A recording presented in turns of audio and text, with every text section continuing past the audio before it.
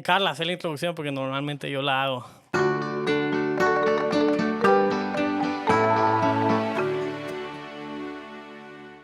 Hola, bueno, bienvenidos todos. Pablo, doctor Donald, muchas gracias por estar aquí en este espacio de conversación. Pablo y yo empezamos este proyecto, em, creo que lo dijimos en el primer episodio porque tuvimos varias conversaciones de nuestra experiencia estudiando la identidad nacional y cuánto nos vimos como tanto cómplices como de la manera en la que nuestra identidad nacional se perdió un poco estando afuera. Y en respuesta a eso, quisimos empezar estas conversaciones porque nos dimos cuenta que platicándolo fue una manera de procesar nuestros sentimientos y nuestras frustraciones. Entonces dijimos, creo que es un buen espacio y queríamos aprender. Entonces, por eso queríamos traer diferentes expertos, diferentes voces y en eso lo encontramos a usted, el doctor. Y vimos como una de las áreas que el estar afuera nos hizo reconocer eso, que es la salud mental y la importancia de tener un psicólogo, de tener consejería, de poder tener una ayuda ya médica en el sentido cuando las cosas ya se sienten que no se pueden manejar por uno solo. Entonces, este es nuestro podcast. En nuestro país nos inspiramos de la canción de Guillermo Guillermo Anderson. Anderson. Entonces, aquí estamos y muchas gracias. Si se quiere introducir, nos puede dar un poquito de su... Estábamos hablando antes de comenzar de lo que nosotros hacíamos, pero si usted se quiere introducir, nos encantaría escuchar un poco más de su rango. Bien, mi nombre es Donald Enrique Velázquez Rivera. Me presento con mi nombre completo porque mi papá se llama Donald, mi hermano se llama Donald, mi otro hermano se llama Donald, mi sobrino se llama... Todo el mundo se llama Donald en mi familia. Y, y para hacerlo más divertido, solo vamos jugando con las vocales. ¿Verdad? Porque Donald Enrique, Donald Edgardo, Donald Eduardo, Donald Alejandro, Donald Andrés, vamos. Eh, Soy psicólogo, ¿verdad? El doctor y licenciado del máster, dejémoslo por fuera. Me encanta el Donald, ¿verdad? Ok. Pero sí, soy psicólogo, me especialicé primero en educación. Después, cuando inicié mis estudios, la verdad es que la psicología, donde tenía su auge en la parte de recursos humanos, entonces saqué una maestría en recursos humanos. Estando en recursos humanos, en el área empresarial, me di cuenta que todo el mundo tenía problemas. Me di cuenta que la gente llegaba a sus casas, perdón, a sus trabajos con la carga de su casa y llegaba a sus casas con la carga de su trabajo. Y me di cuenta que me gustaba mucho en la parte del coaching one-on-one. Luego de tener la oportunidad, me especialicé en el manejo de trastornos socioemocionales, que viene siendo la parte del estrés, ansiedad, depresión. Estando ahí, me dice, mire que por sus resultados tiene la oportunidad de estudiar terapia de pareja. Y yo decía, me parece súper. Lo hice también y seguí la verdad es que he seguido profundizando. De hecho, estoy en este momento sacando una especialidad para ser el primer psicotraumatólogo que hay en Honduras, es decir, un experto en cómo el cuerpo manifiesta los traumas emocionales, ¿verdad? Y esto lo podemos ver a través de enfermedades como la fibromialgia, incluso la obesidad y el sobrepeso también gritan muchísimo de lo que nos suele suceder, ¿verdad? Los problemas gastrointestinales, esta frase muy catracha del tenés miedo, ¿verdad? Que a veces la gente la usa con otras palabras, ¿verdad? Pero tiene que ver porque nuestro sistema digestivo, el colon, es un receptor de emociones. Entonces, todos estos nuevos estudios demuestran que gran porcentaje de todas las enfermedades no contagiosas que un ser humano puede llegar a desarrollar en su adultez comienzan desde su proceso de gestación y a lo largo del desarrollo de sus experiencias de la infancia. Mi pasión por la psicología inicia desde muy chico. Tuve un accidente automovilístico, soy sobreviviente de un coma y de repente cuando yo pues despierto, ¿verdad? Me dice todo, la única persona que me pregunta qué querés hacer fue mi psicólogo. Y me acompaña en el proceso terapéutico porque en teoría yo no iba a poder volver a caminar. La verdad es que estoy vivo de milagro, pero ha sido una experiencia muy grata. Más adelante conozco a mi tío que se vuelve mi padrino, que en paz descanse, ya falleció. Él era psiquiatra, se llamaba Enrique Rivera. Y él me inspiró mucho la parte de la salud mental. Mi hermana mayor es pediatra intensivista y estudiaba medicina. Y yo decía, bueno, estoy entre medicina y psicología. ¿Será que psiquiatría o psicología? Pero en mi mente pensé que médicos tenían poca vida social en mi mente, en aquel entonces. Ahora entiendo que no es así, pero decidirme por la rama de la psicología y la verdad pienso que ha sido la mejor decisión que he podido tomar en mi vida porque creo que al igual que ustedes, eh, somos muy privilegiados aquellos que podemos vivir de lo que amamos. Lo que yo le decía a Carla que por la mayor parte quería hablar con usted es, em, usted cómo ve como que el ambiente o el ámbito en sí, en general en Honduras, o digamos la actitud hacia querer tener una salud mental, porque en lo personal, como decimos, yo y Carla fuimos a los Estados Unidos y allí ha habido como un auge, que la gente tratando de decir esto tiene que ser prioridad, especialmente después de la pandemia. Pero siento que Honduras tal vez esté un poco más atrasado en eso.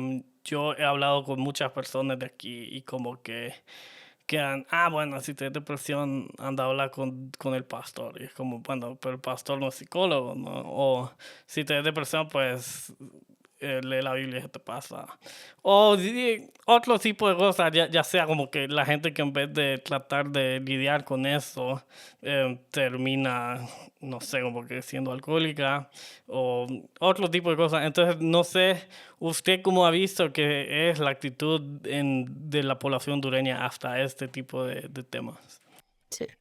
Qué interesante pregunta. Yo creería que lo podemos ver de dos aspectos muy realistas. El primero es que el hondureño vive bajo la cultura del estrés. Cómo maneja, cómo trabaja, cómo se relaciona, siempre anda acelerado, siempre está en la búsqueda, además siempre está en un estado de alarma por algo que podría llegar a pasar. Entonces, esa es la primera parte. Y la segunda son los puntos de distracción que tiene el hondureño. Lamentablemente somos un país que consume más alcohol que leche, ¿verdad? Esto estadísticamente, ¿verdad? Se dio, creo que en el 2020, 2021, creo que salieron esas estadísticas por la cantidad de alcohol que se vendió durante los tiempos de pandemia. Y luego podemos ver algunas redes sociales.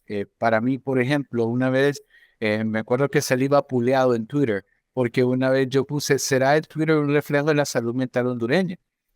Donde nosotros podemos ver cómo la gente necesita esconderse detrás de un perfil virtual para poder soltar veneno, ¿verdad? No digo que sea una red social que solamente para eso funcione, sin embargo, es algo muy común.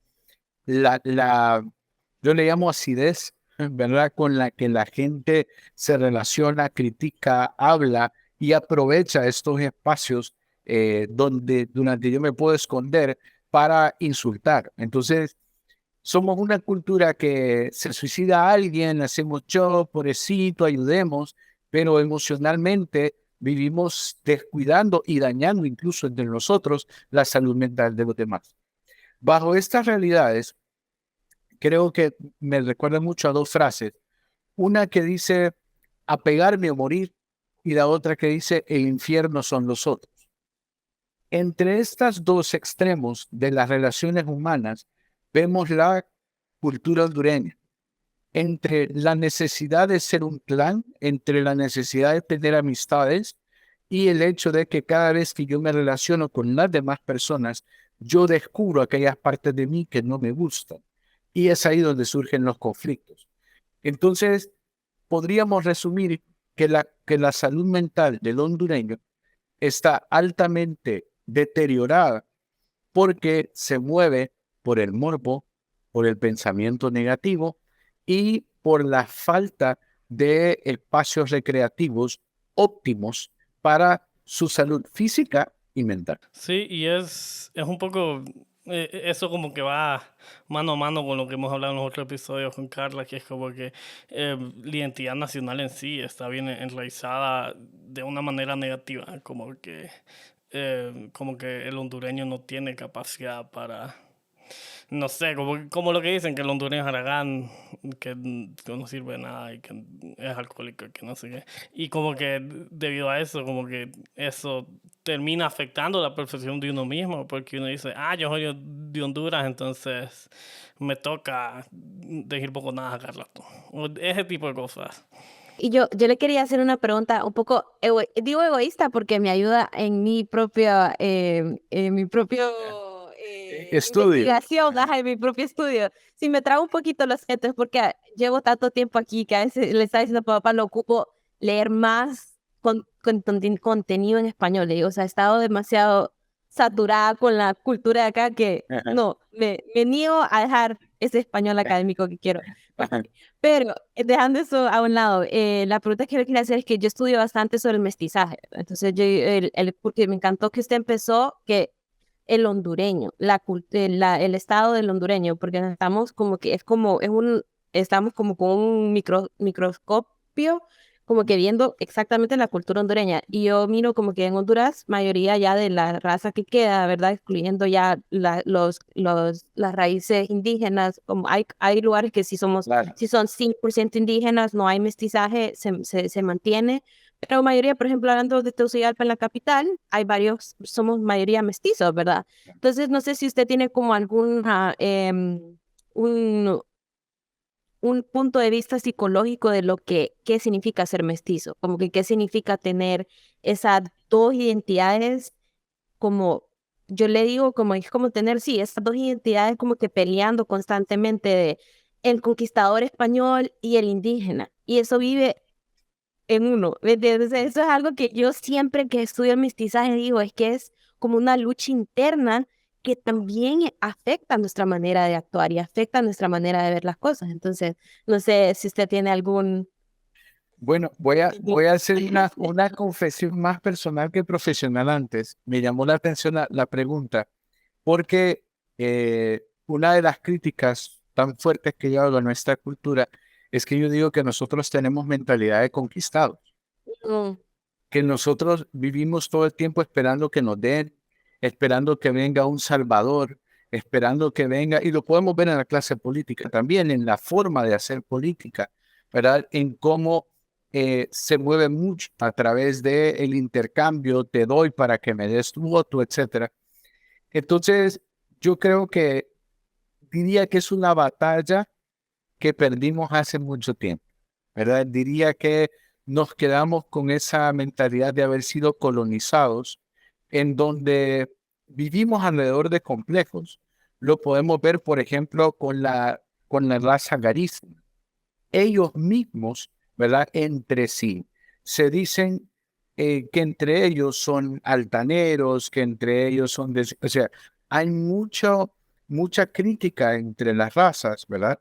Y luego tenemos otro sector, porque todavía en el interior del país hay algunas costumbres, como el hecho de saludar, ¿verdad? Y saludar de esa manera, ¿verdad? Y de repente la costumbre de quién vendría siendo el padrino, ¿verdad? La función del padrino dentro de las familias, porque antes moría papá, moría mamá, padrino se hacía cargo de las familias, es viene sucediendo hace mucho tiempo. Pero a nivel psicológico creo que sí genera un impacto donde podemos ver que hay una diferencia entre cómo se desarrolla la población de ciudad, cómo se desarrolla la población del interior del país y cómo se desarrolla también la parte de la zona costera.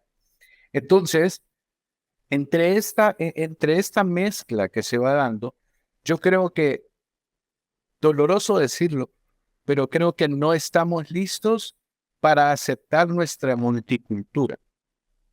Porque entre lo que podemos aprender, que es muchísimo de las cosas buenas que podemos aprender de nosotros como población, a esto hay que sumarle la influencia que nosotros tenemos de otros países también, donde el hondureño tiende a degradarse, el hondureño prefiere comprar un producto que sea del exterior antes de apoyar su economía nacional. Y esto lo podemos ver en un impacto macro, en donde prácticamente la economía del hondureño depende entre las remesas y el capital extranjero que viene.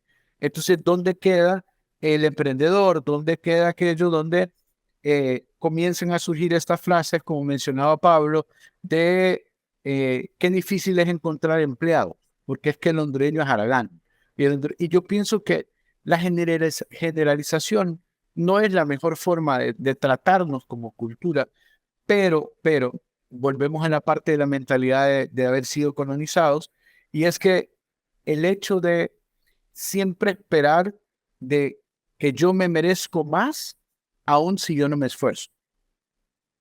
Y esto lo podemos ver en las culturas de trabajo en las empresas, lo podemos ver en la forma en que nos relacionamos con nuestras amistades. Entonces creo que no estamos listos para aceptar lo que podemos aprender independientemente del sector del país de donde estemos. Nos hace falta humildad, que creo que la soberbia es una máscara, es parte del ego.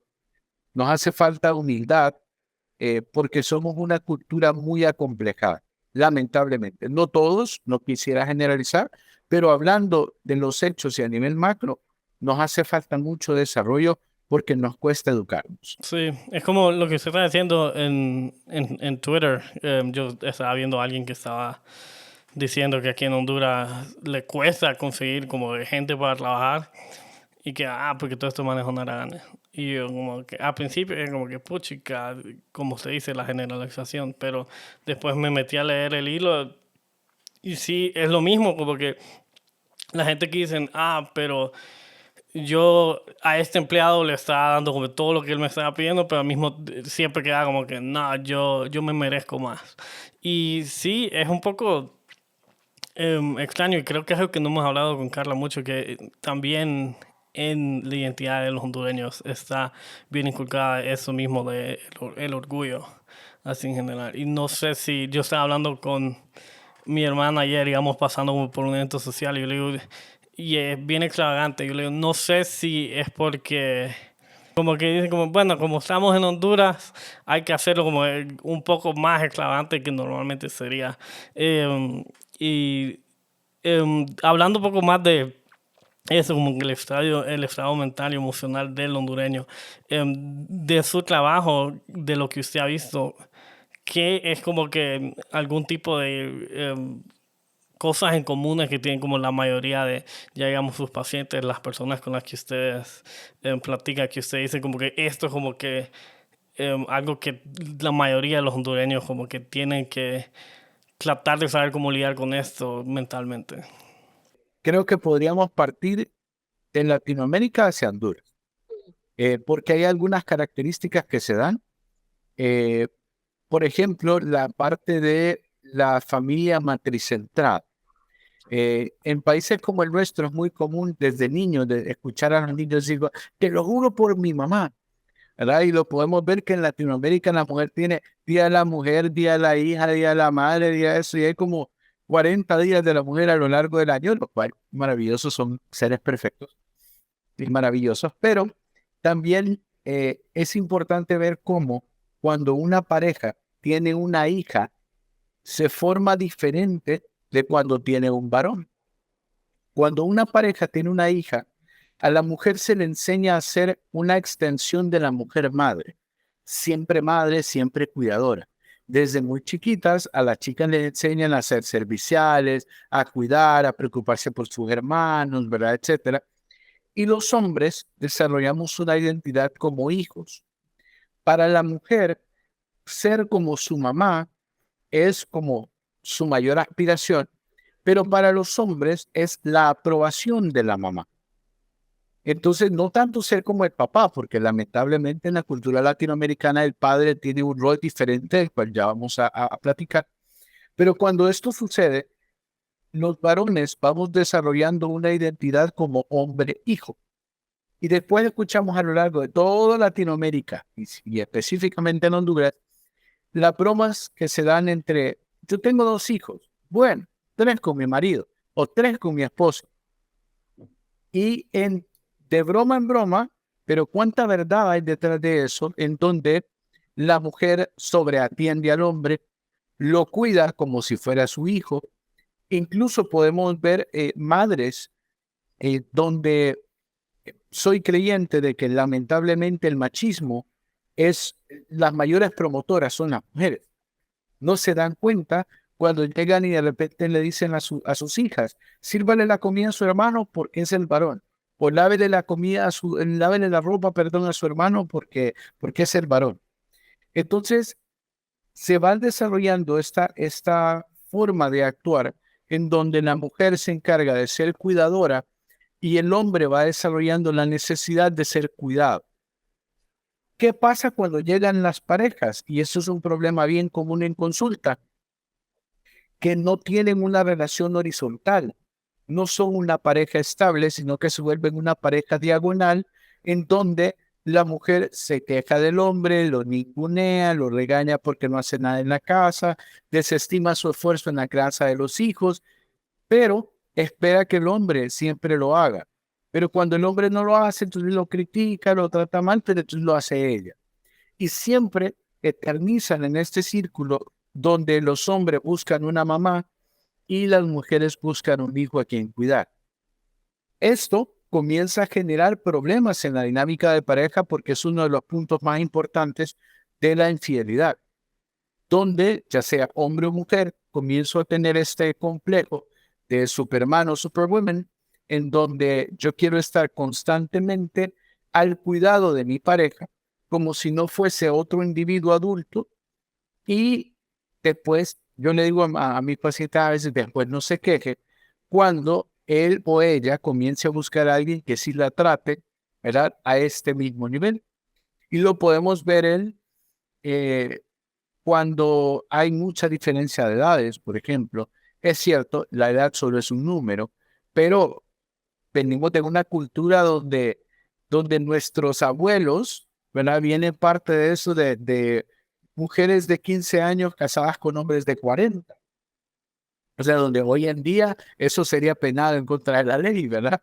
Pero de ese tipo de familias es donde nosotros venimos, donde en este país hace aproximadamente 70 y pico de años las mujeres ni siquiera podían votar, vendrían siendo como un accesorio para el hombre, donde lamentablemente la mayor aspiración de una mujer era ser la mujer de, o criarle los hijos a, o casarme con.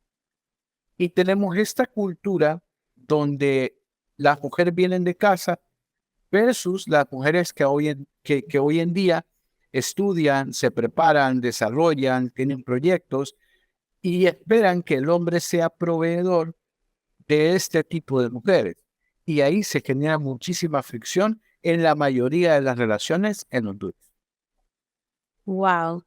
Increíble. O sea, me encanta cómo usted lo está como que presentando, porque yo creo que cuando usted dijo que no estamos listos para este tipo de conversaciones, yo estoy 100% de acuerdo con usted, pero ¿cómo podemos empezar a presentar este tipo de ideas? ¿Cómo podemos empezar como que, yo siempre me gusta hacer bastante analogías con la tierra, ¿verdad? Entonces ¿cómo podemos empezar a preparar la tierra para poder sembrar este tipo como que de ideas? Y porque yo siento que el hondureño ahorita está bien enfocado en borremos el pasado, no miremos las raíces y echémosle para adelante, ¿me entienden? Como que, somos una nueva generación, echémosle para adelante sin tener que pensar que 70 años, eso es menos de una vida entera que las mujeres no podían votar. ¿Me entiendes? Solo son 70 años. O sea, no me está diciendo hace 100 años las mujeres, no, son 70 años, es bien poquito. Entonces siento que somos una cultura bien joven que tiene que mirar atrás primero, como que, porque usted ahorita acaba de explicar algo que por lo menos yo nunca había escuchado en mi escuela, ¿me entiende? Entonces, sí, ¿cómo podemos empezar a fomentar más estas conversaciones en nuestros círculos sociales y también como profesionales en nuestras áreas también? Los últimos años han sido importantes. Creo que ustedes están un poquito más jóvenes que yo, se miran más jóvenes que yo, pero, pero yo bromeo porque a veces tengo pacientes de 20, 21 años que yo les digo, ¿qué saben ustedes de cuando conectar el internet uno escuchaba aquel gran relajo? Porque antes se conectaban por las líneas de teléfono y salían aquellos grandes cuentones. Nosotros creo que el acceso a la información nos da una oportunidad, pero también está el acceso a la información y el acceso a la desinformación. Esto se vuelve muy complejo porque es demasiado difícil tener un control sobre la información que cada ser humano decide recibir. Pero en el ámbito educativo se han implementado, por ejemplo, las escuelas para padres, que ahora las escuelas lo ven como un requisito para el padre de familia. Y de repente condicionan algunas cosas como la entrega de calificaciones o etcétera, con la intención de que el padre de familia pueda educarse. Porque necesitamos nueva información en los modelos de familia que vamos desarrollando. Los jóvenes entre los 25, 20, voy a decir 20 a los 40 años, somos la generación más consciente de la importancia de la salud mental y de la falta de la salud mental, porque somos los hijos de aquellos padres que no tuvieron acceso a esta información. Para nosotros poder generar mayor conciencia, creo que necesitamos primero comprender que no podemos formar a nuestros hijos bajo el mismo sistema en el que nosotros fuimos criados, porque son generaciones diferentes. A veces tengo padres en consulta que se quejan porque sus hijos no son excelencia académica. Ojo, no digo que tengamos que sacar malas calificaciones. Sin embargo, cuando usted va a una entrevista de trabajo, antes, hace 40, 50 años, tener un título universitario lo colocaba sobre el nivel de competencia, porque ir a la universidad era un privilegio que muy pocos tenían. Hoy en día las estadísticas de este país lamentablemente demuestran que en Honduras igual se sigue graduando la menor cantidad de gente posible en la universidad en comparación a toda nuestra población.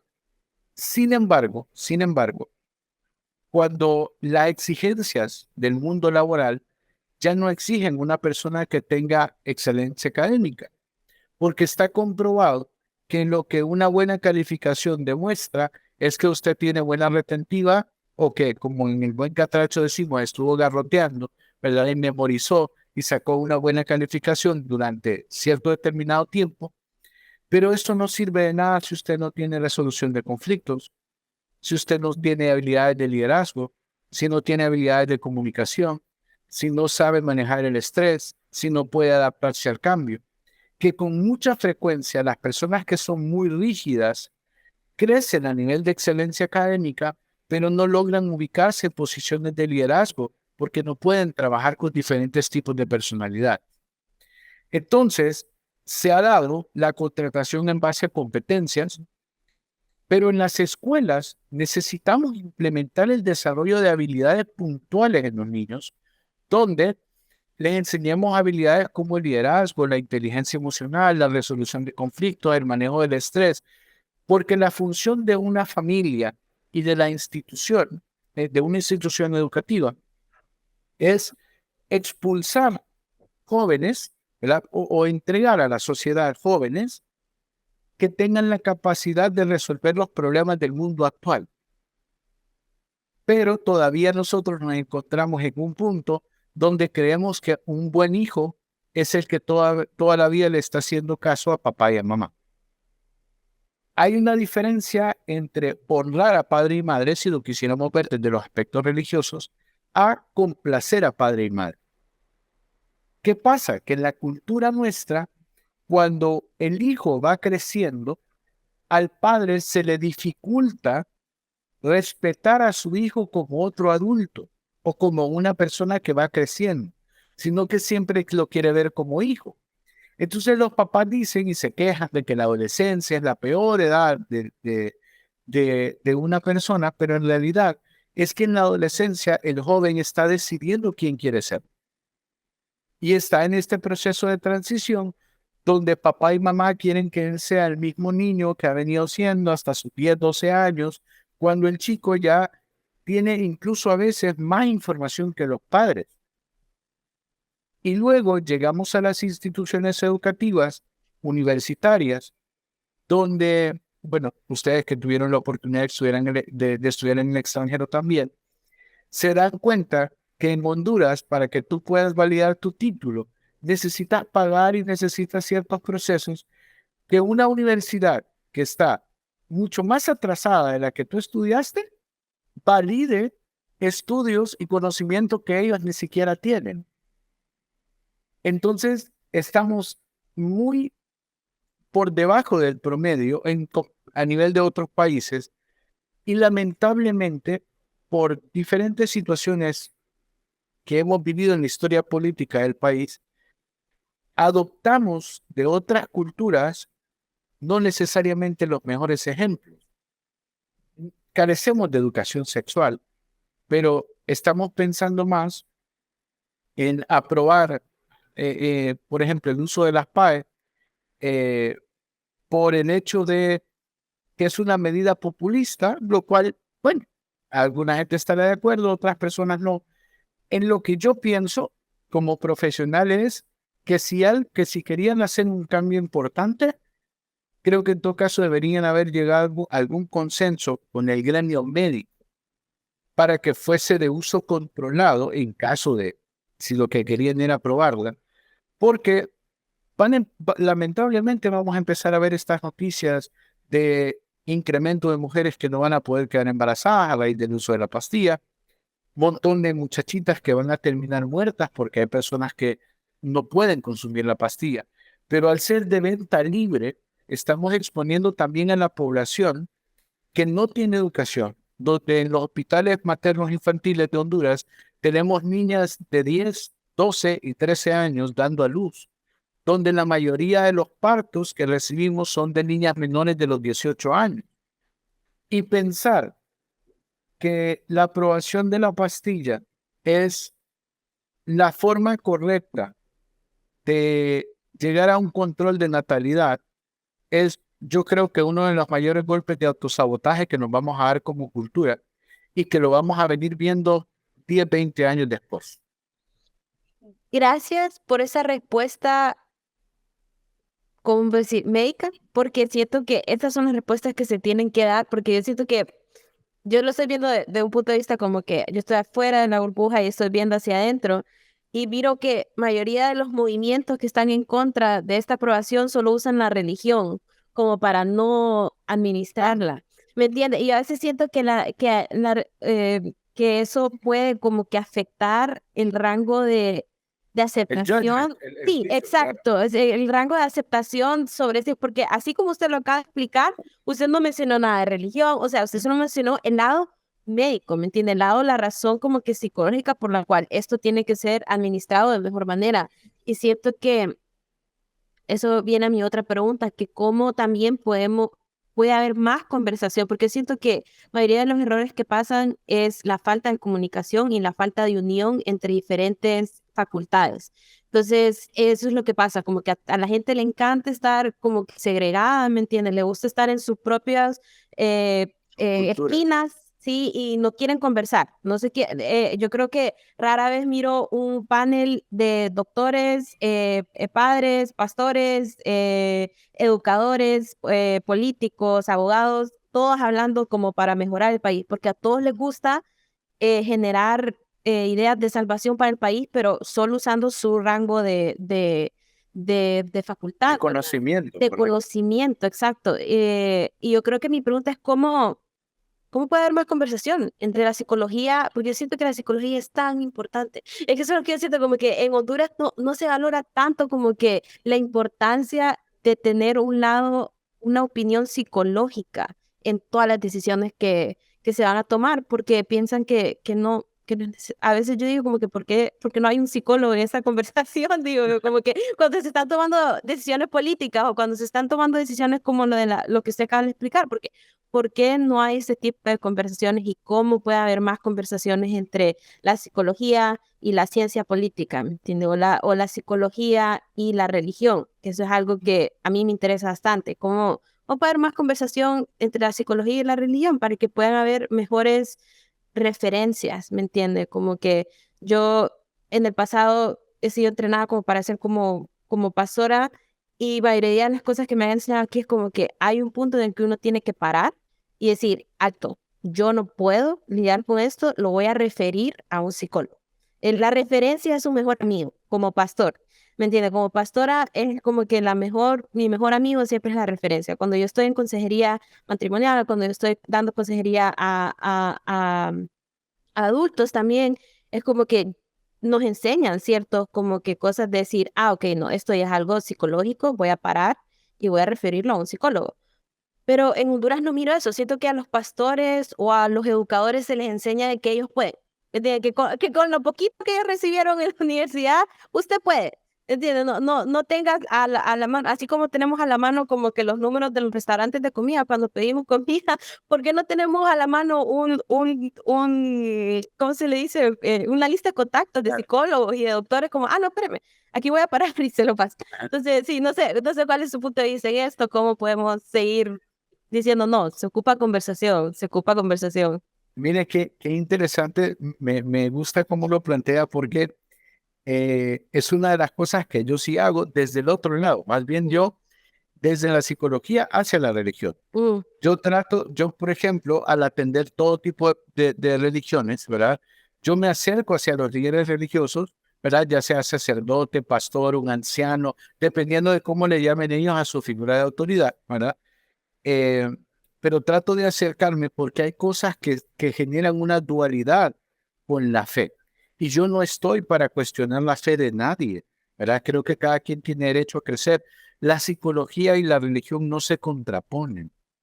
Lo que sí sucede es que en muchas ocasiones eh, nos hace falta contextualizar y actualizar la forma en que nosotros leemos a veces un texto de la Biblia, donde, por ejemplo, incluso uno de los versículos más famosos, que es Primera de Corintios 13, donde hay Biblias que ya le están cambiando, donde dicen el amor es bondadoso, el amor es misericordioso, porque antes la gran mayoría estaba por escrito el amor es sufrido. Entonces, automáticamente a nivel psicológico, esto es, el amor es sufrido, yo tengo que aguantar que me peguen, yo tengo que aguantar que me maltraten, yo tengo que aguantar todo este tipo de situaciones. Entonces, yo creo que el trabajo multisectorial tiene que ver con que, primero, la psicología es una ciencia muy joven, sobre todo en los países latinoamericanos. Argentina nos lleva muchísima ventaja, ¿verdad? A nivel de desarrollo de la psicología. Porque Sudamérica es una gran escuela de psicoanálisis, porque muchos tuvieron la oportunidad de estudiar en Europa. Entonces ellos traen información, ¿verdad?, que se ha ido dando sobre el continente americano. Pero nosotros, por ejemplo, tengo muchos pacientes que viven en Estados Unidos y tenemos las consultas de manera virtual y me dicen, Donald, para ir al psicólogo en Estados Unidos, tú tienes que hacer una lista de espera de 3, 4 meses, ¿verdad? Y tienes que esperar cupo y es carísimo, ¿verdad? Y si tú no tienes papeles o si no tienes seguro, ¿verdad? Entonces ellos plantean esas situaciones. Y nosotros, creo primero, y aquí eh, con mucho dolor, tengo que asumir la responsabilidad de que en muchas ocasiones que la gente no confíe en el trabajo del psicólogo a veces tiene que ver con el psicólogo. Porque cuando el psicólogo no cuida de su salud mental o no se desarrolla, ¿verdad?, académicamente, no se informa más, surgen cosas como, por ejemplo, eh, eh, si les digo los rapiditos, ¿alguna vez se han montado en un rapidito? Sí, sí, sí. Va, ok. Hace alrededor de 10 años hubo una psicóloga que dijo que teníamos que cambiarle los nombres a los rapiditos y que teníamos que ponerles seguritos, porque el nombre de rapidito los inspiraba a ellos a entonces manejar rápido. Ese tipo de cosas nos deja mal parados, ¿verdad? Porque creo que la gente por eso toma a burla el trabajo del psicólogo, cuando en realidad la psicología es una ciencia que está basada en un montón de literatura y estudios que tienen una base científica. Pero ¿qué sucede? Si el profesional de la salud mental no acepta que somos un ejemplo diferente de vida para la sociedad, difícilmente vamos a poder ejercer un buen trabajo. Aquí de repente, sin, ¿verdad?, intención de herir ningún tipo de susceptibilidad, pero la verdad de las cosas es que de repente, Pablo, si usted necesita ayuda psicológica porque suponga, ¿verdad?, tuvo un problema matrimonial, ¿verdad?, etcétera, y de repente asiste a una consulta conmigo y me ve con dos grandes aritos colgando, y me ve con una peluca verde, y me ve que ando con camisas rotas, ¿usted va a confiar en mí? Probablemente no. Probablemente no. Entonces, ¿qué sucede? Tenemos este montón de personas queriendo adoptar algunas cosas que no son propias de nuestra cultura. En Estados Unidos es cierto, en Estados Unidos yo podría andar perfectamente tatuado, podría emborracharme en un bar y al día siguiente estar en un hospital y la gente no diría, hey, este es el mismo médico que me vio ayer. Pero tenemos que aceptar que en Honduras somos una cultura conservadora, en donde la crítica es parte, ¿verdad?, de nuestro diario vivir. Y cuando un psicólogo no se cuida, cuando un médico no se cuida, cuando un abogado no se cuida, es muy difícil poder desarrollar una cultura del respeto ante las demás profesiones, en donde los médicos tienen altas tasas. Por ejemplo, a nivel mundial, los médicos son la profesión que más suicidios tiene. Es la profesión con peor salud mental a nivel mundial. Luego tenemos, por ejemplo, eh, los abogados y tenemos demás profesiones que no hemos logrado llegar a un punto donde podamos respetar la opinión del otro para considerar que esa ciencia podría enriquecer algún punto de vista. Entonces tomamos decisiones desde el gobierno porque el gobierno cree saber lo que el pueblo necesita sin cuestionar o sin preguntarle al pueblo lo que ellos quieren.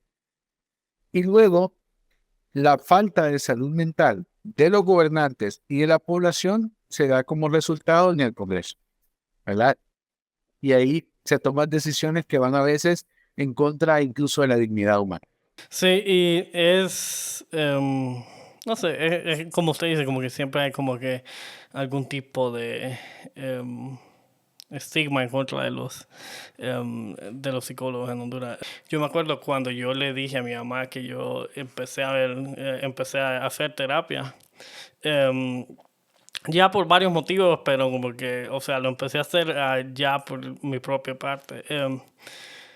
Ella me dijo como que, yo no creo en esas cosas, como que, cómo alguien te va a estar diciendo cómo vivir tu vida porque ellos ni te conocen. No. Mi mamá se dedica a educación, entonces yo le dije la misma pregunta. Entonces, usted, técnicamente a mi mamá le dije, no conoce a los estudiantes cuando primeramente llegan. Pero eso no significa que a usted no les importe como que su bienestar. O sea, es una relación que se va construyendo poco a poco y es lo mismo con la terapia, con el psicólogo y todo eso. Pero si le podría hacer otra pregunta, ya sea un poco más como que hablando de usted personalmente. Yo lo llegué a conocer a través de las redes sociales. Y tiene un montón de seguidores ahí.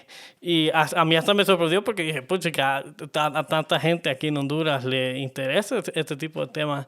Entonces, ¿cómo llegó usted a como que ser impulsado a empezar las redes sociales, a poder hablar de esto de una manera más pública, en una plataforma así social?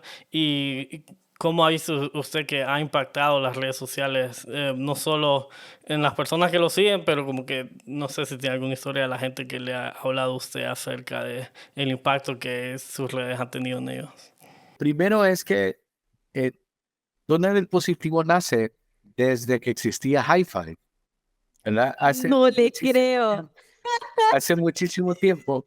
Y en realidad no fue algo que yo decidí ponerme. A mí siempre me ha gustado mucho escribir. Entonces yo escribía cosas positivas desde hace mucho tiempo. O sea, Donald el Positivo no es porque yo creo en la psicología positiva o en el positivismo, ¿verdad? Mucho menos en ese positivismo falso, del todo estar bien, sino más bien porque yo soy capaz de transformar lo negativo a positivo en mi vida. Y esa es mi historia de vida. Yo soy sobreviviente de un coma, yo he pasado un montón de situaciones muy complicadas a lo largo de mi vida, de las cuales he podido salir avante. Entonces, me gustaba mucho escribir cosas positivas. Y un día en la universidad, les hablo, fue 2004, por ahí, vino alguien y me dijo, ve, ya viene este, que solo cosas positivas escribe. Entonces me molestaban en la universidad, decía, ahí viene el positivo, ahí viene, y eso sí se quedó. Yo seguí publicando, de hecho, hace poco, una muy buena amiga me compartía una publicación mía de hace 12 años, donde yo salía diciendo, mira, todos tenemos problemas, no te des por vencido, hablarlo, si necesitas ayuda, etcétera. Hace 12 años. Y de repente, eh, siempre llegan estos mensajes agradables de gente que a uno le ayuda a validar, y pues les voy a compartir uno porque justo fue una memoria que me salió ayer. Y decía, hace muchos días he querido escribirte, pero sinceramente no encontraba la forma de expresarlo de la manera correcta. Quiero agradecerte porque aunque nunca te lo he expresado abiertamente, leo constantemente tus posts positivos y muchas veces en días muy malos he encontrado una palabra de ánimo en ellos. Proyectas ánimo y positivismo. Eso hace que las personas que realmente te conocemos te admiremos aún más. Gracias por esas veces que sin querer queriendo me has querido seguir alentando. Seguí haciéndolo porque te garantizo que muchas más personas te lo agradecen. Lo interesante es que esto fue hace 8 años. Entonces, en realidad, para mí es importante recordar esto porque me permite a mí ver que yo no soy un producto publicitario, no soy alguien que vine y empezó a pagar publicidad, porque de hecho la mayoría de mis seguidores son orgánicos y la mayoría de mis seguidores me conocen, ¿verdad? Pero eso es porque desde hace mucho tiempo yo andaba dando charlas gratis, a mí me gustaba ir a los lugares en riesgo social y dar charlas a jóvenes, a escuelas, yo iba a contar mi testimonio, porque como hijo también tengo un testimonio interesante, porque pues fui muy mal portado y era terrible, ¿verdad? Entonces les di muchos dolores de cabeza a mis padres, yo me escapaba de la casa, ¿verdad? Era terrible. Y trato de contar a los jóvenes mi aprendizaje de cómo la inmadurez puede llevarte a dañar tu relación familiar independientemente de tu edad, te puede llevar a lastimar personas por tu broma, por lo que cuando uno es muy inmaduro e inconsciente, ¿verdad? Eh, y luego, cuando desde antes incluso de pandemia, pues yo ya hacía lives, ya hacía esto, ya empezaba a hacer otras cosas. Y simplemente creo que la pandemia permite que las redes sociales se vuelvan un punto de interacción porque pasas más tiempo en tu teléfono. Entonces, durante esos primeros días de pandemia, me acuerdo de la pandemia y me acuerdo de los huracanes, porque cuando ETA y IOTA, eh, yo vine y publiqué un link de Zoom. Y yo decía como todo el mundo que quiera platicar, le damos viajes, se meten y platicamos. Yo los estoy acompañando ahí, ponemos una película, ponemos videos, ponemos lo que sea, pero no está solo. Porque hubo mucha gente que vive solo, que vivía con sus familias en otros lugares del país, que no se podían comunicar, que no podíamos ir a visitar a nuestros familiares, no habían venido las vacunas. Entonces, logré ir como afianzando más la parte de mi comunidad. Y yo creo que el punto más importante con esta parte de las redes sociales es que yo creo que todos tenemos la oportunidad, y ustedes con este podcast también lo están haciendo, de generar un impacto diferente. Y eso tiene que ver con cómo uno decide vivir.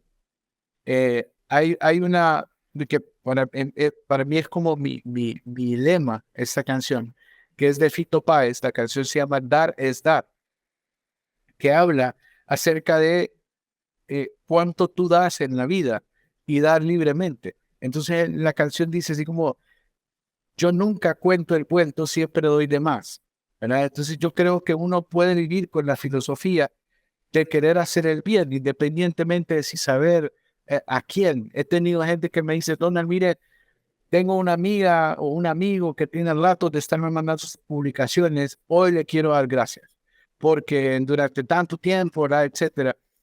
Y el hecho de haberlo sentido acompañado. Durante el mes pasado, por primera vez, me tomé un break desde el 2012 de no publicar por un mes. Y por salud mental, estaba saturado de trabajo y también me sentía muy cargado. Dije yo, necesito tomar un descanso. Entonces desinstalé la aplicación de Instagram, desinstalé Facebook. Y cuando vuelvo a instalarlas y ya vuelvo a publicar, me encuentro con aquella bandeja de una gran cantidad de mensajes de Donald está bien, Donald extrañamos sus publicaciones, ¿verdad? Entonces, yo creo que nosotros en el manejo de una red social no necesitamos seguidores, creo que necesitamos, dependiendo de nuestro objetivo, ¿verdad? Eh, porque mi página nunca surge como, como un punto de, hey, vengan, soy psicólogo, páguenme sus, nada. Simplemente, de hecho, eh, en mis redes sociales no van a ver ese tipo de publicidad, de pagarme, soy psicólogo. Yo escribo acerca de, hey, te sentís mal por una ruptura, mira, puedes hacer esto. Te sentís mal porque se murió tu papá, te sentís mal porque se murió tu mamá, tenés problemas con tus amigos. Y, y es el simple hecho de acompañar en silencio, porque eh, algunos datos que para mí son dolorosos, en el mundo hay un suicidio cada 40 segundos. En Honduras hay un suicidio cada 20 horas.